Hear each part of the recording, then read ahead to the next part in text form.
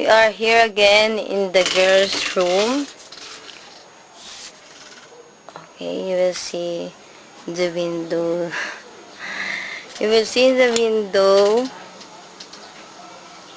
the rooftop of our neighbor. Okay, let's proceed to the other room. Let's proceed to the other room. Yes ka dyan. Okay. Let's go to the... We are here now in the men's room. The motif of this room is the blue, sky blue, sky blue painted. The upstairs, the up bedroom, where RJ sleep, and on the other side, where Annalito sleep. Okay. Next, we will see the message. Okay, we will come down. We are here in the message portion of this video. This is Rodaline Bahe. She is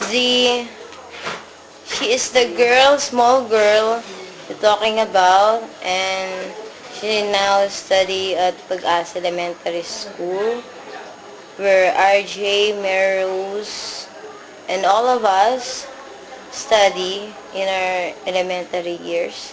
So, any message, Rodaline, to Tito Tim? Say hi! Hi! Say hi! Hi! Any message? Say any message. Say thank you for everything he gave to us. Say thank you. Hi, Tito Tim. Thank you for everything you give to us. Especially to me. Especially to me. Okay, that's all. Other thing you want to say? Nothing. Nothing? Okay. Hi, Okay, the second one was Mary Rose. Mary Rose have something to tell you. Okay, Mary Rose, what are you gonna say to Tito Tim? Hi, Tito Tim. Thank you for all blessings that you given to us, and thank you for support in our family. I hope that you will continue it, and I will graduating in March. Thank you. Hope to see you. God bless you and take care to you and to your family. See you when you visit here. Okay. Mary Rose, did you know that Tito Tim have a plan to see us in March? Maybe in your graduation day, or maybe he will come here in your graduation. Are you happy in that news? That's great. Okay. Anything you want to say? None. Okay. Say hi again. Hello.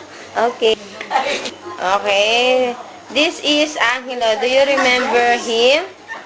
He is the oldest. Okay, he want to say something. Say hi, Angelo, kuya. What you want to say? What you want to say, Angelo, again? You look so happy. Yeah, I'm really happy. Yeah.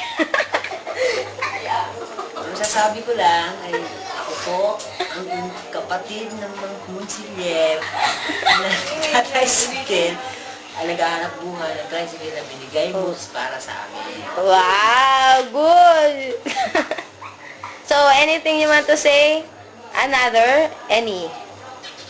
Maybe really ang dami eh. Okay. Maisip kung paano at kung saan ako nagkaganito. Okay. Say hi again. Hi. That's all. This is Mary Jane. You look so big today. So, so Mary Jane, what you want to say to Kuya Tim? Hi, Tito Tim. See you soon to our house. I'm studying at NCBA Fairview Lagro. So, what's the meaning of your school? What's the meaning of the NCBA? NCBA, it means National College of Business and Arts. So, what is your year now? I'm first year because I'm shifting my course. Okay. How is it? How's your new course? I'm so happy that I'm studying because I want to help my family when I'm graduate Okay. at my course. Okay. So, what's your anything message to Kuya Tim? I hope that you and your family are at the healthy condition, and I hope to see you soon in the Philippines. Okay. Anything? God bless and take care always. That's Say hi again. hi. This is Nanay. Nanay, have something to tell you, Kuya Tim. Say hi, Nanay. Hi! Hello, Tim! Any message? Thank you for your support for our family and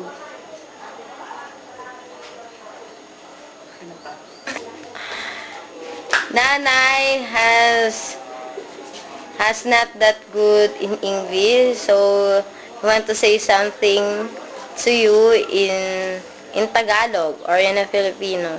Okay. What you want to say, Nanay? hello, Tim.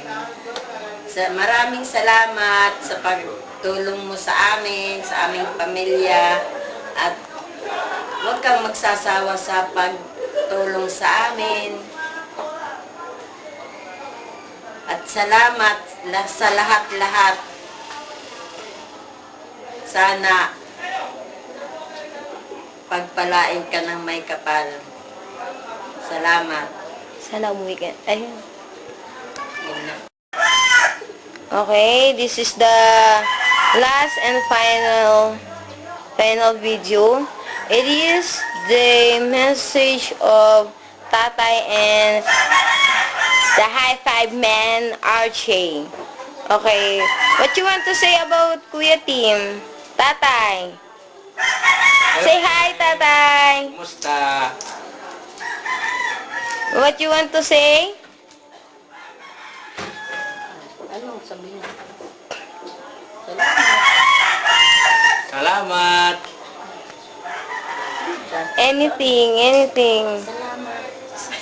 Tulong. At sana magkita-kita tayo sa susunod. Sige. Okay, what you want to say? RJ, how about you, RJ? What you want to say? Say hi, RJ. Tinitin. Kita tayo sa sunod na taon. Wow! Stand up, RJ. So, Tito Tim. Wow! You're so tall now than before.